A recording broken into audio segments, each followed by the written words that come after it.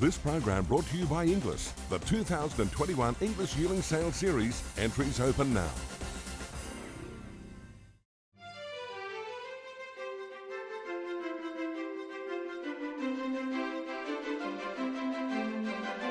Vecchio charges to the lead.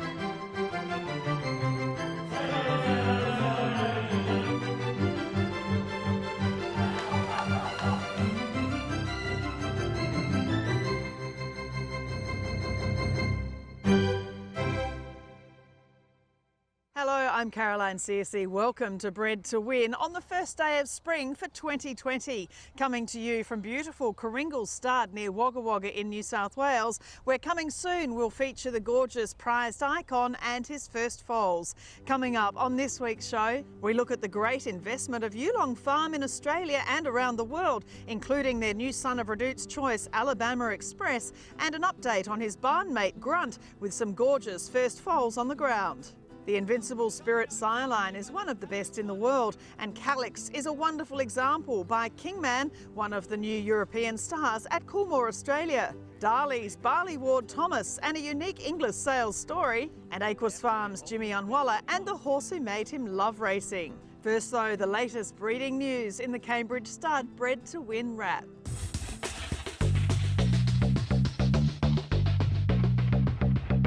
Every so often a racehorse comes along who breaks the racing industry out of its bubble and reaches across the divide to touch the hearts of all the other Australians for whom racing is largely unknown. Usually they're champions such as Winx, Black Caviar and Octagonal, but even then the general public rarely get a chance to meet their idols once their racing days are done. That's what makes Subzero, who was kindly put down on Saturday at the age of 32, one of a kind. Subby had only months before lost his great companion Graham Salisbury, and while his SA Derby, Adelaide Cup and of course 1992 Melbourne Cup are all wonderful memories, it's the Great Divide Subzero helped our industry bridge that will be best remembered, showing the love of a thoroughbred racehorse to generations of school children, and who knows how many were attracted to our great racing and breeding industry thanks to Subby.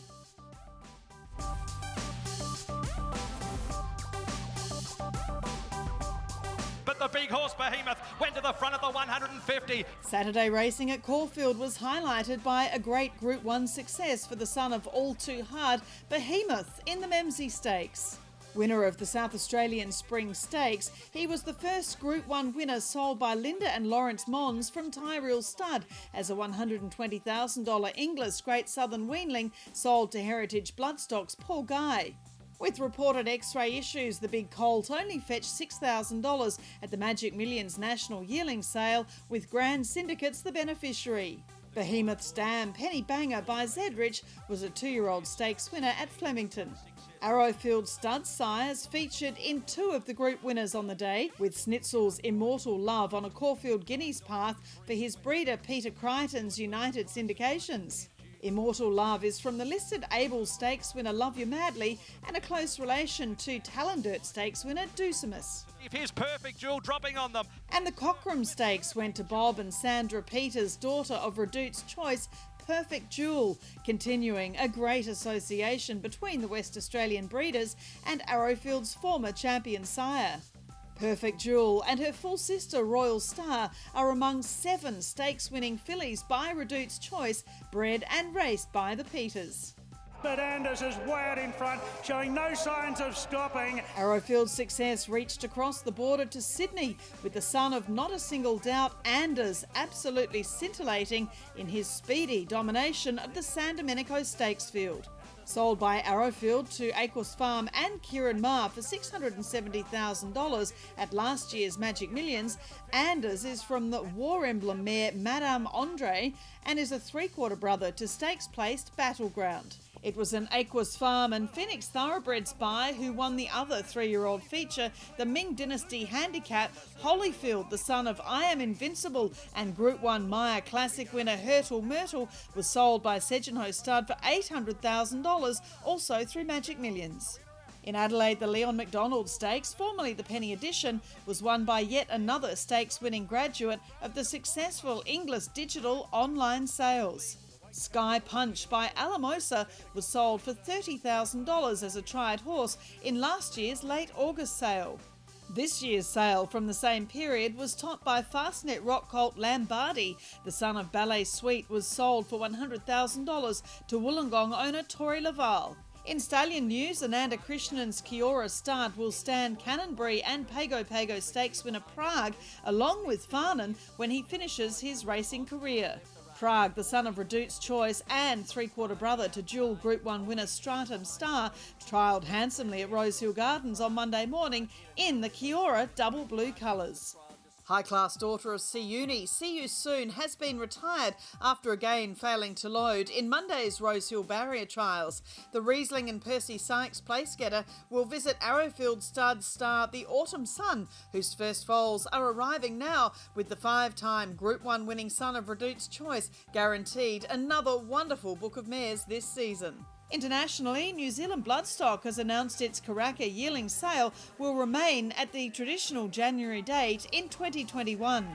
With the uncertainty surrounding travel, NZB had looked to move the sale to April, but the advice from breeders and buyers was to stick to the January dates, with the plan being to have the horses and staff in attendance at Karaka, with international bidding done through New Zealand Bloodstock agents, online and by phone. And New Zealand's Yulong Farm celebrated a Goodwood Group success by their young sire Bellardo on Saturday night. The son of Lope de Vega, previously featured on Bred To Win, had his first group success when Isabella Giles raced away with the Group 3 Prestige Stakes over 1,400 metres. The winner of the Prestige Stakes is Isabella Giles. Yulong Farm's Yusheng Zhang's passion for racing and breeding has already netted Group 1 success in Ireland, and there's more to come around the world and particularly in Australia. Yulong Farm in Victoria this year welcomes the Group 1 winning son of Redute's Choice, Alabama Express, who joins Grunt, their foundation sire, whose first new foals are on the ground.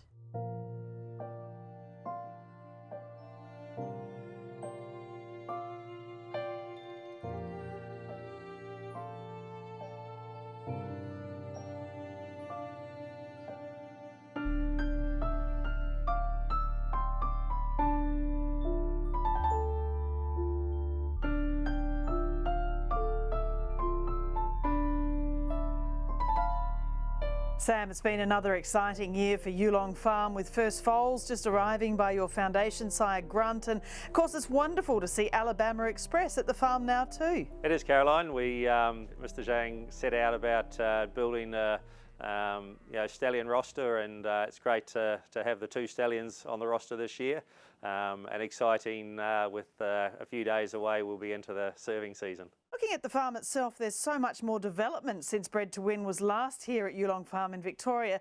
Tell us, what have you been doing as you're turning the farm into a real showpiece? That's right, Caroline. We've finished the stallion complex. So we have two barns which can house 7 stallions each. The serving barn is now being completed with the arrival area and mare receiving barn. And we're in the process of redoing all the roads on the farm, so sealing them and curbing them. So things are moving along nicely, and the farm is going to be fantastic once it's all complete. It's always been a stunning property, but now also things such as the new covering barn, they kind of give you a chance, I guess, to start afresh using world's best practice. Absolutely, Caroline, that's right. We've tried to make it so it's user-friendly, so there's plenty of loading areas for floats and so forth, and safety for getting mares and foals off and on floats through the receiving area into the serving barn prep area. So basically it flows, so you sort of can come through, the mare will be prepared, she'll go through to the serving barn, then she can exit out a separate doorway which will lead her back around to the loading ramp. So it's all going to flow so that it can be efficient and safe for the mares and foals when they're here getting bred. I sell online for $2,750. The investment of Mr. Zhang around the world is immense, but in Australia alone, the brood mares you've bought include some of our best race mares, such as Unforgotten and Vidora. Absolutely. We've got added a lovely group of mares to the broodmare band this year. Obviously Vidora, as you mentioned, she's due to foal down to Lope de Vega shortly. We also added Unforgotten, Group 1 winning Fastnet Rock mare, another Group 3 winning mare, another $1. So we've really added some really nice mares to the broodmare band, and going forward, obviously, they're great mares to be able to support our stallions in years to come. And from earlier, buying Gypsy Diamond at the English Chairman's Sale, well, that's already borne fruit with a great result with her foal. That's right. It was great to be able to take a lovely colt that we got from the mare by Invincible to the sale, and was brought by Coolmore, and I believe has gone into Chris Waller's stable. So this is the vision of Mr. Zhang of what he wants to achieve with Yulong is buying these high class mares that produce these good looking foals, and we can take them to market and get them out into the racing stables and hopefully help to increase the broodmare value and give our stallions a good hope of producing great progeny down the track. And with a sweeping burst, it is Lucky Vega who has raced to the front in the Caitlin Phoenix Stakes. On the racetrack is, of course, where it counts, and it was wonderful to see Yulong's first Group 1 success in the Phoenix Stakes in Ireland with Lucky Vega. Yes, it was a fantastic result for Mr. Zhang, for Lucky Vega to win the Group 1 Phoenix Stakes. He was a horse that Michael Donoghue brought for Mr. Zhang, went to Jessica Harrington, and just at his third start been able to win a Group 1 two-year-old race, and of course being by Luke de Vega, who is a fantastic sire himself. He'll make his way down to Australia at some stage and join the stallion roster here at Yulong. Alabama Express, the 3-year-old's going to do it. Well, your new stallion, Alabama Express, we know beat the older horses in the Ore, but as a son of Redout's Choice, he was also, all importantly, out and winning as a 2-year-old.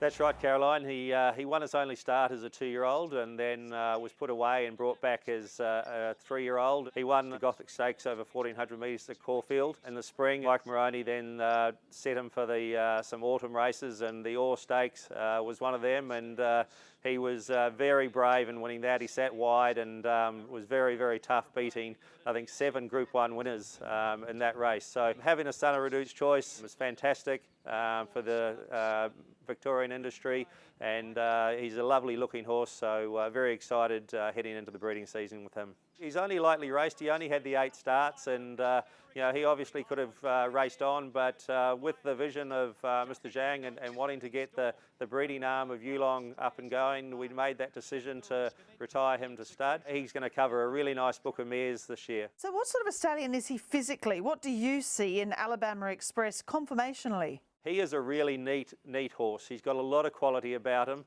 He was purchased by Paul Moroney, who's a fantastic judge of a horse, and we've had a lot of people come to the farm and inspect him, and they're wowed straight away when he walks out because his movement is fantastic. He's a very fluent walker. He has a lot of quality and athleticism about him. So he's a horse that for breeders is going to be easy to mate to because he's about 16 hands, and he has that quality that he'll be able to put into his progeny. It's a really difficult time for breeders and making a decision on what they're going to do, and Mr.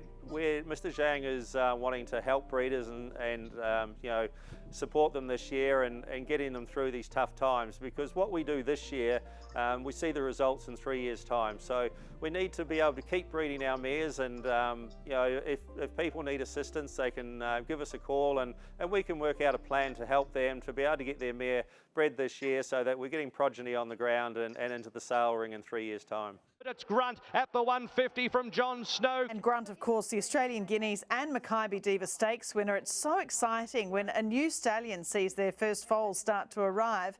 You had an absolutely gorgeous photo of his first foal, and of course, a year down the track, he's letting down beautifully. Absolutely, he has really furnished into a very imposing stallion, and he had the good looks last year, but now he's furnished further, and we are seeing him pass on his good looks onto his foals. He's giving them plenty of size and bone and strength, so really great to see that he's passing his own qualities onto his foals. As a close relation to Ocean Park, who's sire of Group 1 winners such as Colding and Tofani recently, there's just so much on Grunt's dam side that's also improving. Ocean Park is really emerging as a promising stallion. Obviously Grunt by the same from the same family, and he's got Zabeel on his dam line, which sires like Dundeel have as well. So for people to breed to Grunt, he's a great outcross because he doesn't have Danehill there, and but he has the Zabeel in there, and obviously O'Reilly and Last Tycoon. So he's a really nice outcross for breeders to breed to. And through this uncertain time, it really is great to see so many parts of the breeding industry supporting each other. It is uncertain, but